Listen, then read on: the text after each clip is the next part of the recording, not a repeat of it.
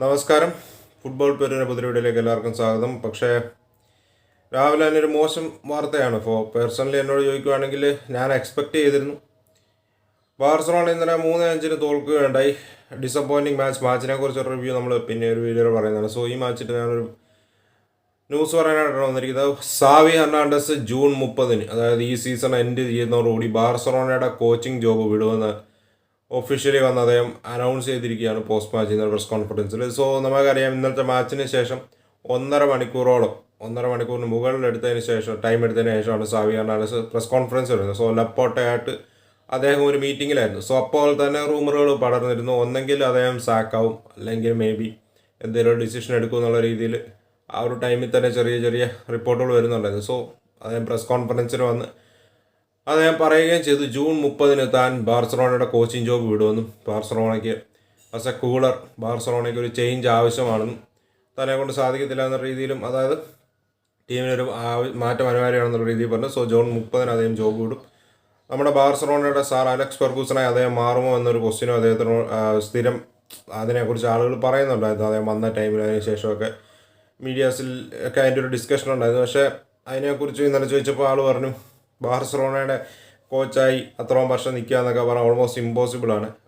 Medias scrutinise ചെയ്യും, fans demand ചെയ്യും. So ഈ മോഡേൺ എറയിൽ ഈ സോഷ്യൽ മീഡിയ യുഗത്തിലും മീഡിയാസിൻ്റെയൊക്കെ യുഗത്തിലും നമുക്കറിയാം ബാർസ റയൽ പോലത്തെ ഈ രണ്ട് ടോപ്പ് ടീംസിനെ കോച്ചായിരിക്കുക വളരെ ബുദ്ധിമുട്ടാണ്. ചെറിയൊരു മിസ്റ്റേക്ക് വന്നാൽ പോലും നല്ല സ്ക്രൂട്ടനി കിട്ടും.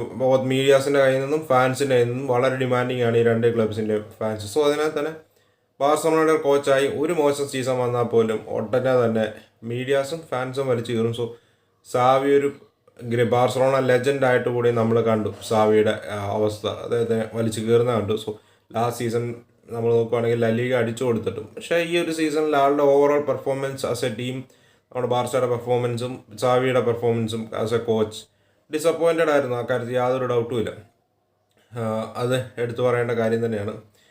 സോ നമ്മൾ ഓവറോൾ സാവിനെ നോക്കുകയാണെങ്കിൽ നവംബർ 2021 അദ്ദേഹമാണെങ്കിൽ ബാർസലോണയുടെ കോച്ചായിട്ട് ഏറ്റെടുക്കുന്നത്. 21-22 സീസണിലാണ് വരുന്നത്.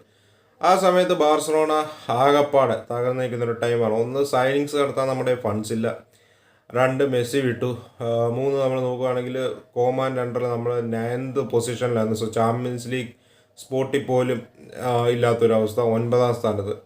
അവിടെ നിന്ന് അദ്ദേഹം വന്നതിന് ശേഷം നമ്മളെ ഒരു നല്ല റണ്ണുകൾ നടത്തുകയും കൊണ്ടുപോവുകയും 2ാം സ്ഥാനത്ത് ബാർസലോണ ഫിനിഷ് ചെയ്യുകയും ചെയ്തു. തൊട്ടടുത്ത് ശരിയാണ് ചാമ്പ്യൻസ് ലീഗ് ഗ്രൂപ്പ് സ്റ്റേജിൽ തന്നെ നമ്മൾ എക്സിറ്റ് ചെയ്തു, അതൊരു ഫാക്റ്റാണ്. പക്ഷേ എന്നാലും അതിനുശേഷം നമ്മൾ നോക്കുകയാണെങ്കിൽ നമ്മുടെ അടുത്ത സീസൺ ലലീഗയും അതുപോലെ തന്നെ സ്പാനിഷ് സൂപ്പർ കപ്പും സാവി നമുക്ക് നേടിത്തരികയുണ്ടായി. ശരിയാണ് 2022-23 സീസണിലും ചാമ്പ്യൻസ് ലീഗ് ഗ്രൂപ്പ് സ്റ്റേജിൽ നമ്മൾ എക്സിറ്റ് ചെയ്തു, അതൊരു ഫാക്റ്റാണ്. പക്ഷേ എന്നാലും ഇത്രയും ഫൈനാൻഷ്യൽ സിറ്റുവേഷൻ നിൽക്കുന്ന ടൈമിൽ സോ നമ്മൾ സാവിയുടെ കാര്യം ഒരർത്ഥത്തെ ആലോചിക്കുമ്പോൾ അദ്ദേഹം ഒരു ഫസ്റ്റ് സ്റ്റെപ്പ് നടത്തുകയാണ് യൂറോപ്പിലോട്ട്. ഖത്തറിൽ നിന്നും യൂറോപ്പിലോട്ട് അദ്ദേഹം വരികയാണ്.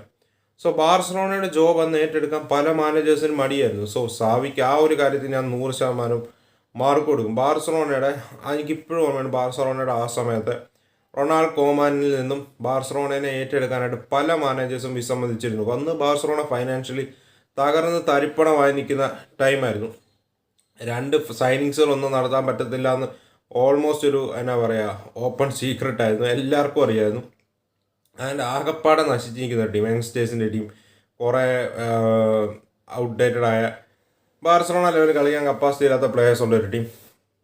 സോ ആ ഒരു ടീം ഏറ്റെടുത്താൽ ഏത് മാനേജേഴ്സിനും ഒരു താഴോട്ട് പോകാനായിട്ടുള്ള ഫെയിലിയർ ആവാനായിട്ടുള്ള ചാൻസ് ആണ് മോർ ദാൻ 50% ഉണ്ടായിരുന്നത്. സോ പലരും റിസ്ക് എടുക്കാൻ റെഡിയല്ലായിരുന്നു. സോ ആ ഒരു സിറ്റുവേഷനിലാണ് സാവി ഹെർണാണ്ടസ് തൻ്റെ ഫസ്റ്റ് യൂറോപ്യൻ ക്ലബിനായ ബാർസലോണയെ തിരഞ്ഞെടുക്കുന്നത്. സോ അദ്ദേഹത്തിന് വേറെ ഓഫേഴ്സും ഉണ്ടായിരുന്നു, വേറെ ക്ലബ്ബുകൾക്ക് ഡെഫിനറ്റ്ലി സാവിന് interest. But as a culer he loved Barcelona.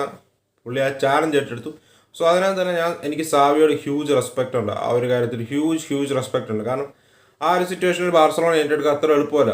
അദ്ദേഹത്തിന് വേണേ ഒഴിഞ്ഞു മാറിയിട്ട് മേ ബി ക്ലബിൻ്റെ നല്ലൊരു ടൈമിൽ അഥവാ ക്ലബിന് സൈനിങ്സ് നടത്താൻ പറ്റും, ക്ലബ്ബ് അത്യാവശ്യം നന്നായി നിൽക്കുന്ന ടൈമിൽ ഏറ്റെടുക്കായിരുന്നു. പക്ഷേ അദ്ദേഹം ആ റിസ്ക് എടുത്തു. സോ ആ ഒരു ഗട്ട്സിന് ഡെഫിനറ്റ്ലി സാവിയോട് സോ ഗ്രേറ്റ്ഫുൾ ആയിരിക്കും. ആൻഡ് സാവിയുടെ ആ ഒരു ഡിസിഷൻ ഹ്യൂജ്ലി റെസ്പെക്ട് ചെയ്യുന്നു. ആൾ വന്നതിന് ശേഷം ഇൻസ്റ്റൻറ്റ് ഇമ്പാക്റ്റ് ഉണ്ടാക്കി സെക്കൻഡ് ഫിനിഷ് ചെയ്യുന്നു. അടുത്ത സീസൺ കുറച്ച് സൈനിങ്ങുകൾ നടത്തുന്നു. പക്ഷേ എന്നാലും കുറച്ച് സൈനികൾ നടത്തുന്നു, 1-2-3 നല്ല പ്ലേയേഴ്സിനെ കൊണ്ടുവന്നെങ്കിലും ഓവറോൾ നമ്മൾ ബാർസ ലെവൽ ടീമൊന്നും ആക്കി മാറ്റിയില്ലായിരുന്നു. അദ്ദേഹത്തിൻ്റെ രീതി ടീമിനെ ഒന്ന് അഴിച്ചു പണിയുന്നു. അതിനുശേഷം അടുത്ത സീസൺ നമ്മളെ ലീഗ അടുപ്പിക്കുന്നു, സൂപ്പർ കപ്പ് അടുപ്പിക്കുന്നു, which is not at all bad ആ ഒരു സിറ്റുവേഷനിൽ നിന്നും. അതിനുശേഷം ഈ ഒരു സീസൺ ഡൗൺഫോൾ ആവുകയാണ്. പക്ഷേ ഈ ഒരു സീസൺ നമ്മൾ ആലോചിക്കണം, ഒരു ബാർസലോണയ്ക്ക് പ്രോപ്പറായി ഒരു സൈനിങ് നടത്താൻ പറ്റിയിട്ടില്ല.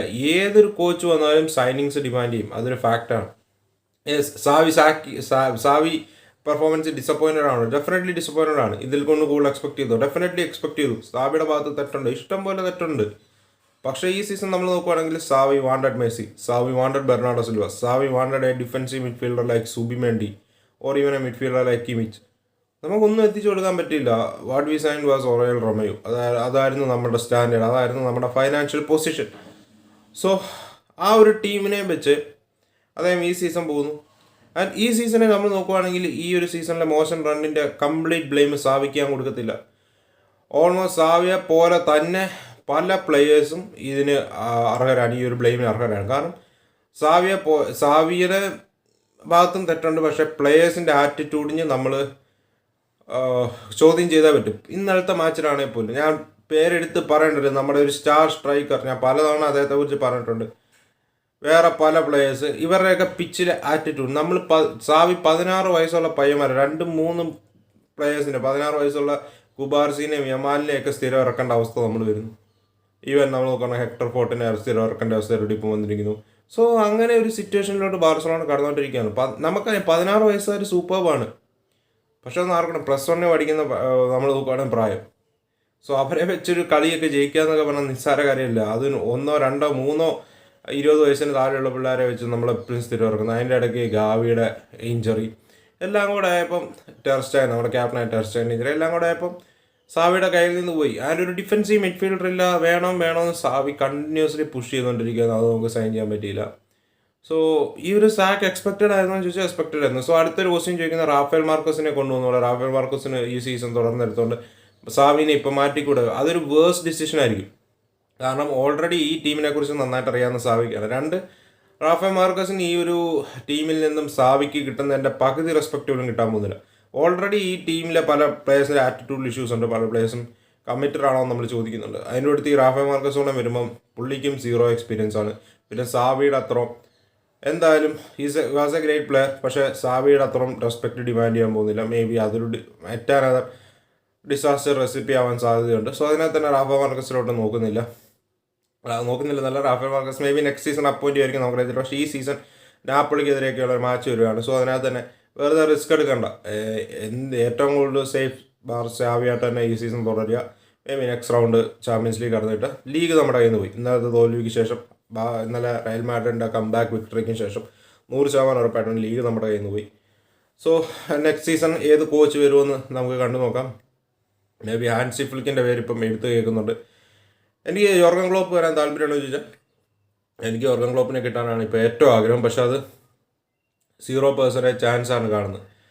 ഞാൻ എക്സ്പെക്ട് ചെയ്തത് മേ ബി നെക്സ്റ്റ് സീസൺ 2-3 സൈനിങ്സോടെ കൊടുത്തതിന് ശേഷം, സാവിക്ക് നെക്സ്റ്റ് ഒരു സീസണോടെ കൊടുത്തതിന് ശേഷം നെക്സ്റ്റ് സീസൺ ഡൗൺ ആണെങ്കിൽ ക്ലോപ്പിന് 1 വർഷം എന്തായാലും ഒരു കോച്ചിങ് ജോബ് ഏറ്റെടുക്കത്തില്ല എന്ന് പറഞ്ഞിട്ടുണ്ട്. യോർഗൻ ക്ലോപ്പ് ഒരു കോച്ചിങ് ജോബ് 1 വർഷത്തേക്ക് ഏറ്റെടുക്കത്തില്ല എന്ന് പറഞ്ഞിട്ടുണ്ട്. സോ നെക്സ്റ്റ് സീസൺ ക്ലോപ്പിനെ കിട്ടും ഇമ്പോസിബിൾ ആണ്.